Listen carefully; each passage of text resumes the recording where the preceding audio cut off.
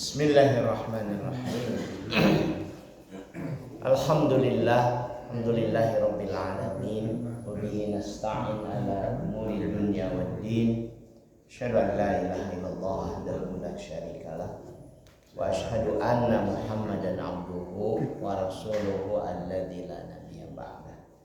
Allahumma shalli ala sayyidina Muhammad wa ala ali sayyidina Muhammad. Jemaah subuh yang Allah muliakan, Alhamdulillah kita diperkenankan untuk kembali bertemu dalam aktivitas sholat subuh berjamaah di masjid yang kita cintai. Mudah-mudahan aktivitas sholat subuh berjamaah ini bisa kita jaga sampai akhir hayat kita.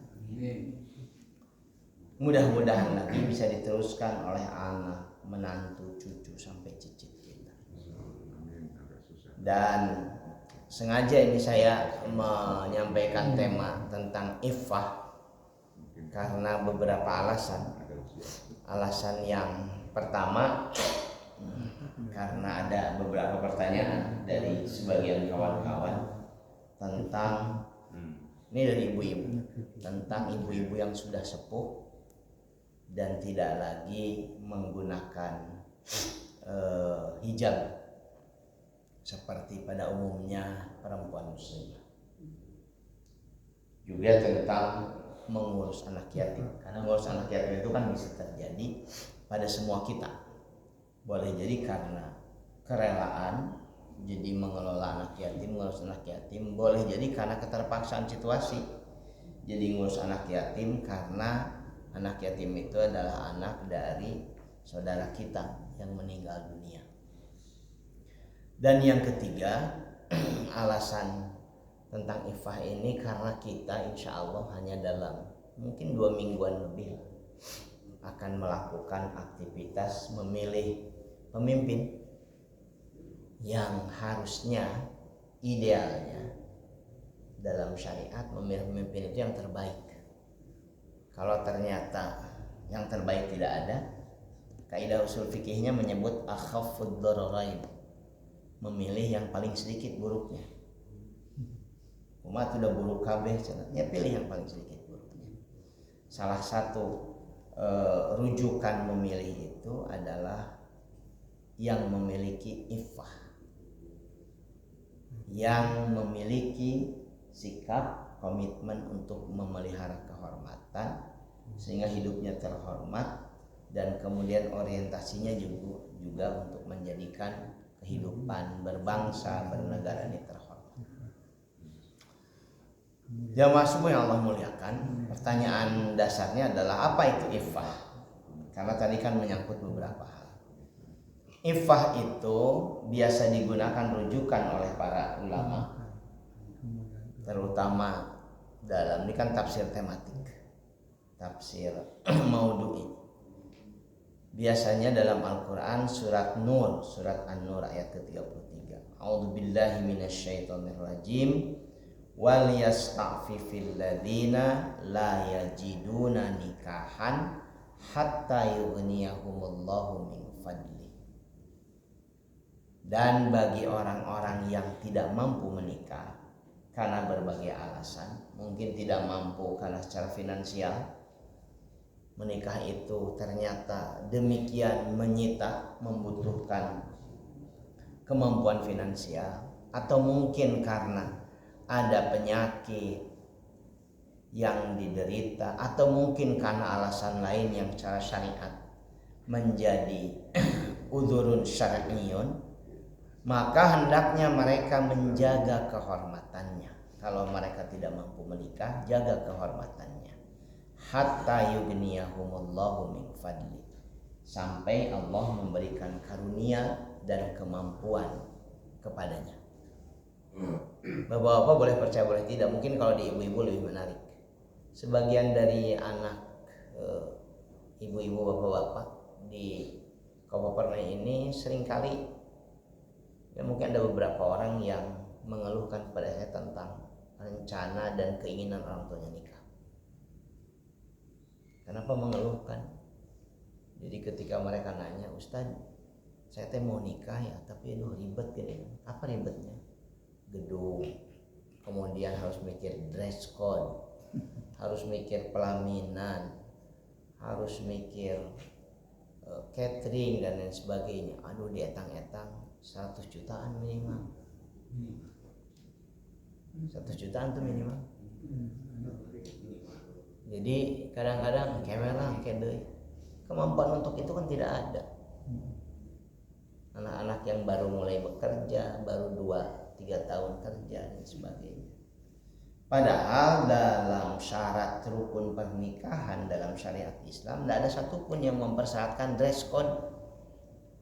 Kalau catering ada mungkin. Kata Nabi SAW, kalau pesta itu walimah lah, walaupun hanya dengan menyembelih seekor kambing. Jadi menyembelih seekor kambing itu sangat sederhana di Madinah dan Makkah saat itu, karena semua sahabat itu ngukut domba. Jadi kalau cuma menyembelih seekor kambing barangkali mudah dan sebagainya, supaya ngundang orang makan, ngasih tahu bahwa saya menikah supaya tidak menimbulkan fitnah. Sekarang ini ribet Pak untuk nikah itu, untuk urusan gedung dan lain sebagainya.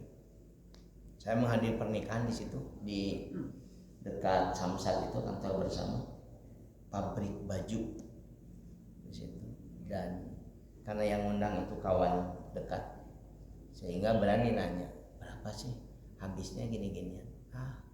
Saya epla Ustadz 120 juta. Gimana tuh kalau tidak mampu? Ya kalau tidak mau seperti itu, ayat ini menyebutkan iffah, jaga aja kehormatan. Ada banyak ulama yang tidak menikah sepanjang hidupnya. Salah satu ulama yang sangat terkenal namanya adalah Ibnu Taimiyah. Sepanjang hidupnya tidak menikah, Ibnu Taimiyah. Kenapa tidak menikah? Ya karena kesulitan untuk menikah. Beliau menghabiskan mungkin lebih dari setengah hidupnya di penjara. Keluar dari penjara, di penjara lagi, diadukan, diadukan, dan rezim saat itu sangat tidak berpihak kepadanya. Ini yang jadi rujukan tentang iffah. Jadi orang-orang yang menjaga kehormatannya karena tidak mampu melakukan sesuatu yang diinginkan dan diperintahkan, hendaknya dia melakukan iffah. Jemaah subuh yang Allah muliakan, dalam ajaran Islam ada 3 kalimat, yang 3 kalimat ini maknanya saling melengkapi. Artinya maknanya satu sama lain itu gak jauh beda. Yang pertama izzah, sering diterjemahkan dengan kemuliaan. Yang kedua muru'ah, sering diterjemahkan dengan kehormatan. Yang ketiga iffah, menjaga kehormatan atau menahan diri.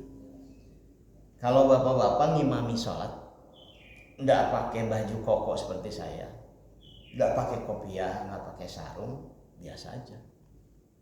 Tidak akan jadi omongan, biasa saja. Tapi kalau seperti saya di kampung, di tempat saya tinggal, saya ngimami nggak pakai kopiah, nggak pakai baju koko, pakai kaos, itu jadi panjang. Ajengan nana gitu di kopiah. Karena di pesantren, terutama pesantren tradisional seperti yang saya kelola, tampilan seperti ini tuh adalah tampilan standar minimal seorang ajengan. Jadi kalau saya tidak menggunakan kopiah, itu dalam bahasa santri disebutnya gair muru'ah, tidak menjaga kemuliaannya. Muru'ah tadi.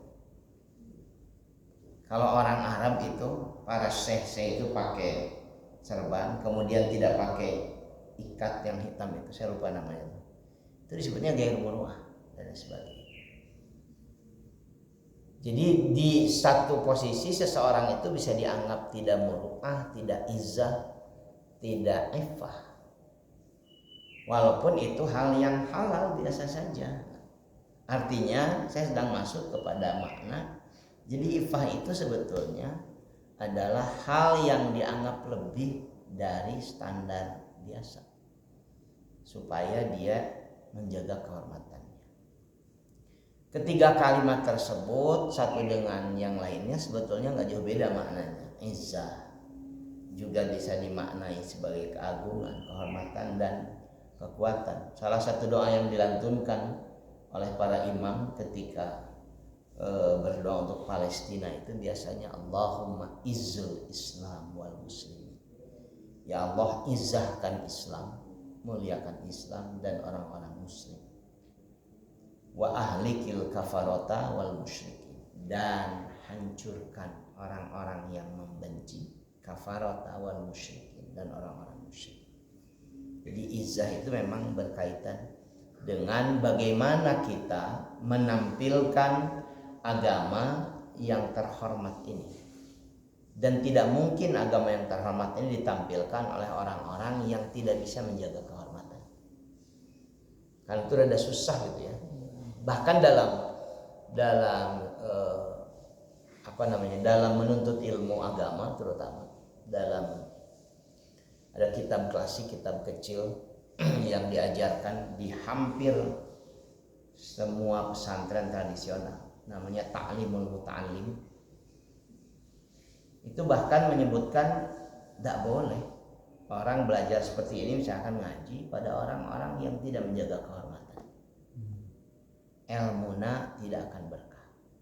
Ajengan lagi tukang dugem, itu hancur sudah. Kalau ajengan tukang dugem itu, padahal mungkin ajengannya misalkan mau menguji keimanannya dengan dakwah tempat dugem. Itu dalam beberapa standar klasik keilmuan tak boleh itu ngaji pada yang seperti itu. Bahkan boleh membatalkan berjamaah kalau Anda bermakmum pada imam yang dianggap fasik. Imam lagi si eta panggil jeung urang keur dugem, itu boleh tuh dibatalkan. Karena berkait dengan izzah, muru'ah wal iffah. Harus dibawa oleh orang-orang yang bisa menjaga kehormatannya. Dari aspek etimologis, iffah itu dari kata affa ya'ifu iffah, yang menurut Kamus Al-Munawwir maknanya itu adalah menjauhkan diri dari hal-hal yang tidak baik. Juga bermakna kesucian tubuh. Jadi agama yang suci, yang terhormat harus dibawa oleh orang-orang yang menjaga kehormatannya, supaya bisa menampilkan agama ini dalam kondisi yang terhormat. Karena itulah kemudian iffah bermakna memelihara, menjaga kehormatan diri dari segala hal yang akan merendahkan, merusak dan menjatuhkan. Bapak-bapak bisa bayangkan gitu ya, kalau orang yang akan jadi pemimpin kita tidak memiliki kemampuan menjaga kehormatan. Bukan urusan di usia lah, bukan urusan bocil atau tidak bocilnya. Tapi memang wajar kalau kemudian butuh kematangan usia, butuh kematangan berpikir dan sebagainya untuk jadi pemimpin itu. Karena dia membawa bangsa dan negara ke dalam kondisi yang harus terhormat. Mari kita lihat ayat tentang iffah. Saya kutipan dulu hadis Nabi sallallahu alaihi wasallam. Abu Sa'id Al-Khudri mengabarkan bahwa orang-orang Ansor itu punya kebiasaan untuk meminta-minta pada Nabi. Karena mayoritas sahabat Nabi orang Ansor, juga mayoritas sahabat Nabi orang-orang Muhajirin dulu itu miskin. 90% orang miskin yang kesulitan memenuhi kebutuhan hidupnya. Jadi mereka minta pada Nabi itu banyak hal. Dari mulai minta baju, dan yang paling sering itu adalah minta makan. Sampai satu waktu seluruh yang dimiliki Nabi habis. Sering terjadi Nabi itu tidak punya apa-apa sama sekali. Karena yang dia miliki dia kasihkan. Tapi orang masih datang meminta. Dan kemudian pada satu waktu Nabi menyampaikan hadis ini. Ma yakunu indi min khairin la adakhiruhu ankum wa innahu may yasta'iffa yu'iffahullah wa may yatasabbaru yusabbiruhullah wa may yastaghni yughnihillah wa lan tu'ta'an khairan wa awsa'a minas sabr. Tidak ada satupun kebaikan dari harta yang ada padaku yang akan kusimpan, kusembunyikan dari kalian. Artinya hidup sebagai pemimpin publik pemimpin masyarakat itu memang harus bisa dilihat, diukur oleh banyak orang kehidupannya, sehingga orang tuh bisa menyaksikan bahwa pemimpinnya hidup dengan baik, tidak bermewah-mewah dan lain sebagainya. Sesungguhnya kata Nabi, siapa yang bisa memiliki sikap iffah, menjaga diri, memelihara diri dari meminta-minta, Allah akan memeliharanya. Siapa yang bisa bersabar, Allah akan menjadikannya sabar. Siapa yang merasa cukup hanya dengan apa yang Allah berikan kepadanya, Allah akan memberikan kecukupan kepadanya. Tidaklah ada yang diberikan kepada kalian yang lebih baik dan lebih luas manfaatnya daripada kesabaran. Artinya orang yang iffah itu dia bisa melahirkan dua hal penting menurut hadis ini. Yang pertama, orang yang iffah itu bisa melahirkan sikap sabar. Pertama, karena itu bukan miliknya, sehingga dia menahan diri untuk tidak mengkonsumsinya, tidak mengambilnya. Yang kedua, dia bisa menjadi orang yang qanaah, bisa jadi orang yang menerima apapun yang Allah berikan kepadanya. Jadi ada sikap turunan dari iffah, yaitu sabar dan qanaah. Dalam konteks hadis ini disebut dengan istighna, merasa cukup dengan apa yang Allah anugerahkan. Bagi yang ngurus yatim, kalau bapak ngurus yatim itu kan bisa berarti bukan cuma ngurus anaknya, tapi ngurus hartanya juga. Karena saudara kita yang punya anak-anak masih kecil meninggal dunia, otomatis kita terlibat mengurus anak-anaknya, itu kan ngurus yatim. Kalau yang ngurus yatim itu dengan ngurus hartanya, berarti dia ada kemungkinan juga menggunakan harta yatim itu sebagai operasional dalam mengurus anak yatim itu. Kalau ditanyakan boleh tidak Ustaz? Boleh. Tapi untuk yang iffah ayatnya berbunyi seperti ini. Wabtalul yatama hatta idza balagun nikaha fa in anastum minhum rusda fadfa'u ilaihim amwalahum wala ta'kuluha israfan wa bidaran ayyakbar wa man kana ghaniyan falyasta'fif wa man kana faqiran falyakul bil ma'ruf fa idza dafa'tum ilaihim amwalahum fa ashidu alaihim wa kafa billahi hasiba. Ujilah anak-anak yatim yang kamu urus itu untuk sampai pada kondisi hartanya diberikan kepada mereka semuanya, yaitu ketika umurnya cukup untuk nikah. Idza balagun nikah. Jika kalian menganggap mereka sudah cerdas, rusydan, sudah pintar, sudah pandai mengelola harta itu, fadfa'u ilaihim amwaluhum, berikan saja semua harta orang tuanya kepada mereka. Dan kalau kalian mengurus anak yatim itu, wala ta'kuluha israfan wa bidaran ayyakbar, jangan kalian mengkonsumsi hartanya dengan berlebihan. Dibelikan baju untuk kita misalkan, dibelikan kendaraan untuk keperluan kita, dibelikan juga berbagai hal untuk memenuhi kebutuhan kita secara berlebihan. Berarti kalau tidak berlebihan diperbolehkan. Dan jangan juga tergesa-gesa menyerahkan harta itu kepada mereka sebelum umur mereka cukup. Wa man kana ghaniyan, tapi kalau yang ngurus anak-anak yatim itu orang yang mampu secara finansial, ghaniyan falyasta'fif, hendaknya mereka iffah, menjaga dirinya dari mengkonsumsi menggunakan harta anak yatim itu. Wa man kana faqiran, kalau yang ngurus anak yatim itu adalah orang yang fakir, falyakul bil ma'ruf, boleh mengkonsumsi harta anak yatim itu bil ma'ruf, secara pantas. Jadi para pengelola panti asuhan, panti yatim dan lain sebagainya, lewat ayat ini justru diperbolehkan untuk menggunakan harta anak yatim itu sebagai sarana operasional mereka.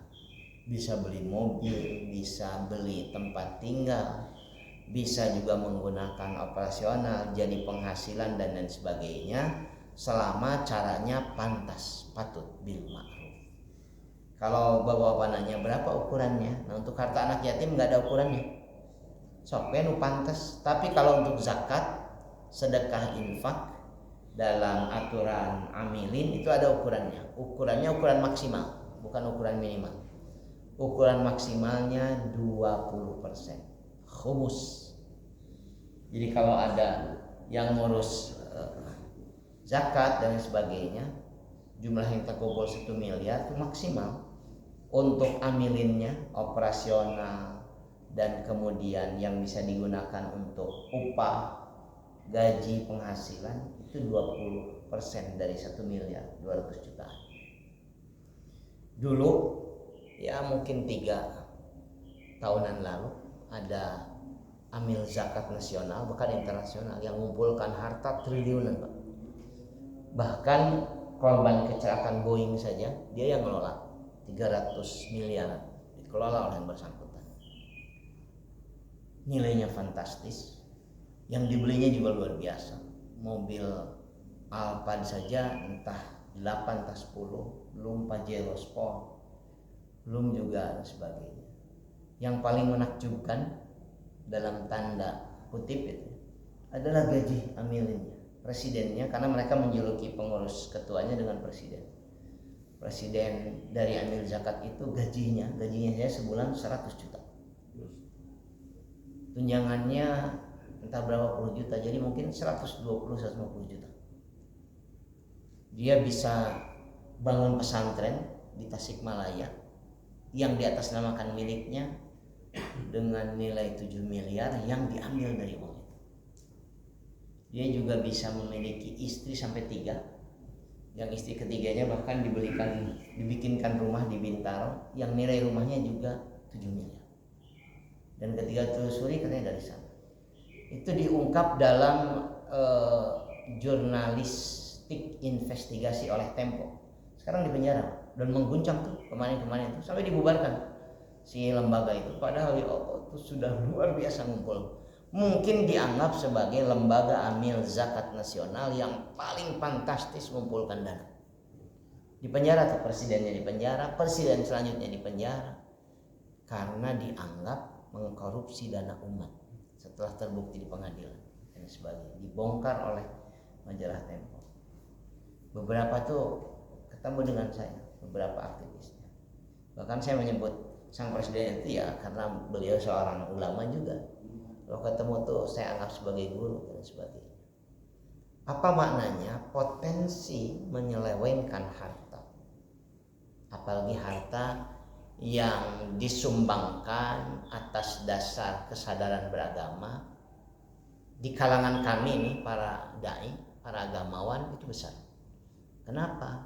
Karena kadang-kadang kan tidak ada laporan, tidak ada transparansi. Yeah. Kalau bapak ngasih duit ke saya, Pak Ustadz mau pesantren, kan saya sakuin langsung, nuhunnya jazakallahu khairan katsir, selesai. Bapak nggak akan bisa, Ustadz minta laporan anak, kemana duit teh? Kan nggak begitu. Karena dianggap sudah selesai. Karena itulah dibutuhkan sikap transparansi dari pengelola. Dan ayat-ayat ini, ayat ifah ini sedang menjelaskan bahwa bersikaplah terhormat, ifah, supaya tidak menyakiti, tidak menyelewengkan kepercayaan umat. Orang ngasih ke santri itu dititipkan lewat saya, Pak Ustadz nitip mau santri. Kadang-kadang di amplopi buka 500.000. Saya mikir beli sepatu lah, itu kan bisa begitu sebagainya. Ini luar biasa.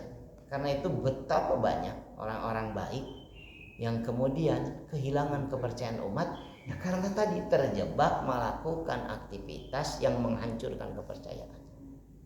Karena itu dalam ayat ini, kalau kamu miskin ngurus anak yatim boleh, faliyakul khairan bil ma'ruf, dengan cara yang ma'ruf.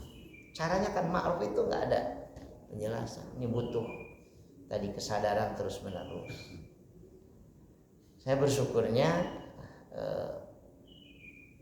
sekarang ini lembaga-lembaga dakwah itu terutama yang besar-besar, kalau saya kan kecil, itu menggunakan pencatatan yang relatif transparan, mudah, sumbangan dari si fulan, dari si fulan, dari si fulan dan sebagainya sekian, ada hitung-hitungan operasional dan lain sebagainya. Apalagi yayasan, ada perhitungan pajak yang harus dilaporkan, penerimaan berapa, pengeluaran berapa dan sebagainya. Yang kedua, bagi orang miskin, kalau jadi orang miskin sulit memenuhi kebutuhan hidup, kalau kemudian mereka meminta-minta, kasihan, misalkan, teh kasihan, teh kan viral, orang miskin minta-minta, itu kan secara umum boleh, kan dia miskin. Tapi kita lihat bagaimana ayat Quran tentang memberi pada orang miskin dan bagaimana orang miskin yang memiliki iffah.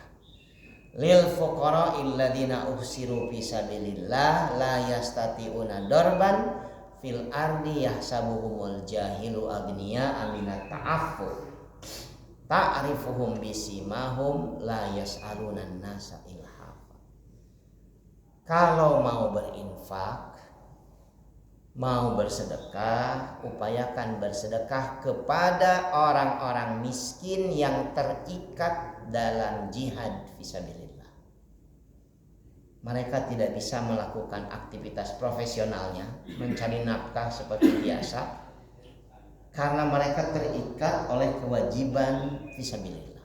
Dulu karena perang, Nabi ngirim bisa berbulan-bulan itu perang itu, sampai 4 bulan Nabi ngirim orang itu.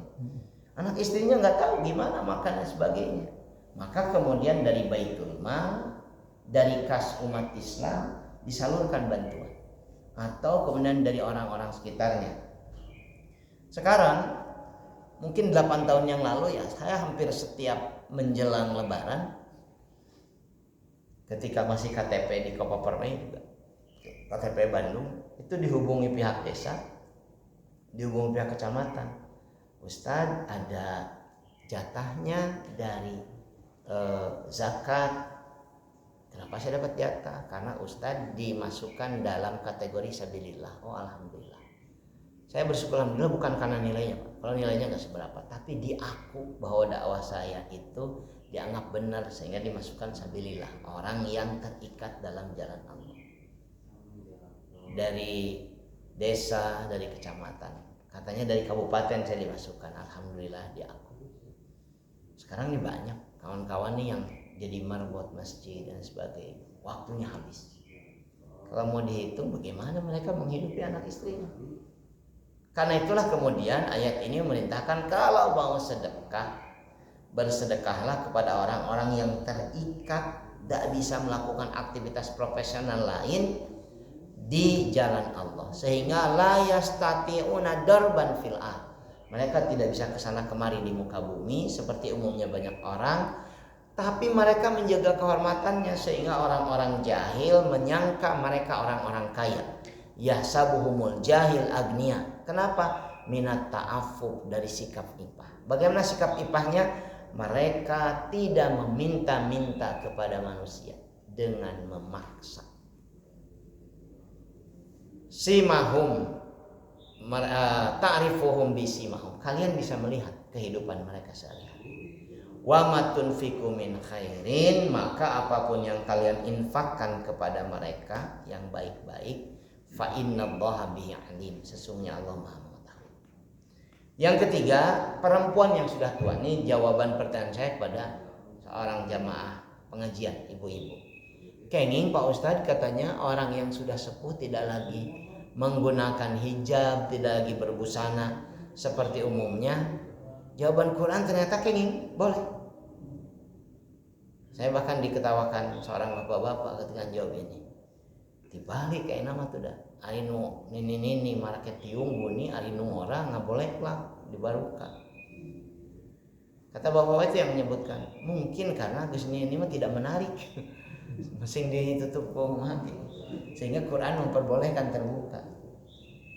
Wal qawaidu minan nisa illati la yarjuna nikahan falaisa alaihinna junahun ayyadna thiyabahunna ghairu mutabarrijatin bizina wa ayyastafifna khairul lahunna wallahu samiun alim. Dan bagi perempuan tua yang sudah menopause, khawain dalam bahasa Al-Quran disebutnya, sudah berhenti menstruasi, la yarjuna nikahan, sudah tidak ada lagi keinginan menikah, falaisa alaihim, tidak jadi dosa bagi mereka ayyadna thiyabahun, untuk tidak lagi menggunakan pakaian seperti umumnya perempuan muslimah. Diterjemahkannya biasanya pakaian luarnya. Ghairu mutabarrijat, bukan dalam upaya mereka untuk tabarruj. Tabarruj itu bersolek, menonjolkan dirinya, bizinatin, perhiasannya. Tetapi kalau ibu-ibu sepuh itu iffah, menjaga dirinya, khairan lahun, itu lebih baik bagi mereka. Wallahu sami'un alim. Dan Allah maha mendengar, maha mengetahui. Kenapa? Yang nenek-nenek ulil-irbah. Lupa saya istilahnya. Ya. Artinya yang sudah tidak menarik secara fisik dan sebagainya, tapi masih kena bunyi sebagainya. Ayat ini menyebutkan wa ayyastafifna, yang bisa bersikap iffah, khairun lahum, itu lebih bagus. Dan keren sekarang, makin sepuh itu orang, mayoritas orang tuh makin tinggi kesadaran beragama. Dan kemudian bahalana kenorana justru nanti jadi seudon kita. Jadi artinya kalau pertanyaannya boleh tidak mereka menampak auratnya, boleh. Tapi kalau mereka nutup auratnya, khairul lahum, itu lebih baik.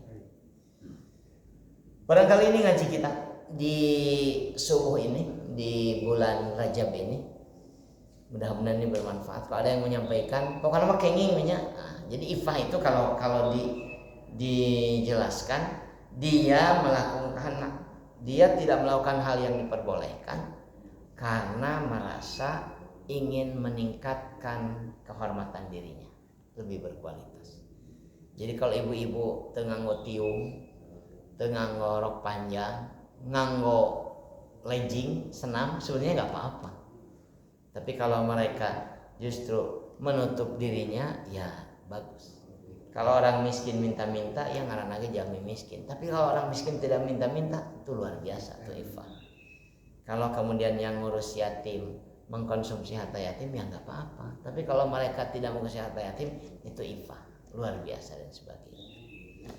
Inilah yang saya ingin menyebutkan kenapa pentingnya iffah, supaya bapak-bapak, terutama nih kita dalam upaya menghadapi pemilu itu bisa memilih orang yang akan jadi wakil kita di parlemen, jadi wakil kita dalam mengurus urusan-urusan bermasyarakat, berbangsa, bernegara.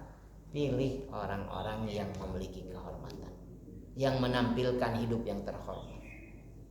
Kumaha lamun garoreng kabeh, pilih nu paling saeutik goreng. Itu kalau istilah agama. Mananya apa supaya jangan tidak memilih, pilih. Ya goreng ya yang dianggap paling sedikit. Mudah-mudahan manfaat. Mohon maaf kalau banyak hal tidak berkenan. Kalau ada yang mau ditanyakan sebagainya, insya Allah dalam pertemuan selanjutnya. Saya punya jadwal besok di Al Ihsan, jangan tanya di Al Ihsan bagi yang berkenan hadir untuk pelatihan jenazah dan sebagainya. Mudah-mudahan bermanfaat. Aku lu qouli astagfirullah wa lakum, subhanakallahumma wa bihamdika, asyhadu an la ilaha illa anta, astaghfiruka wa atubu ilaik. Assalamualaikum warahmatullahi wabarakatuh. Besok jam berapa?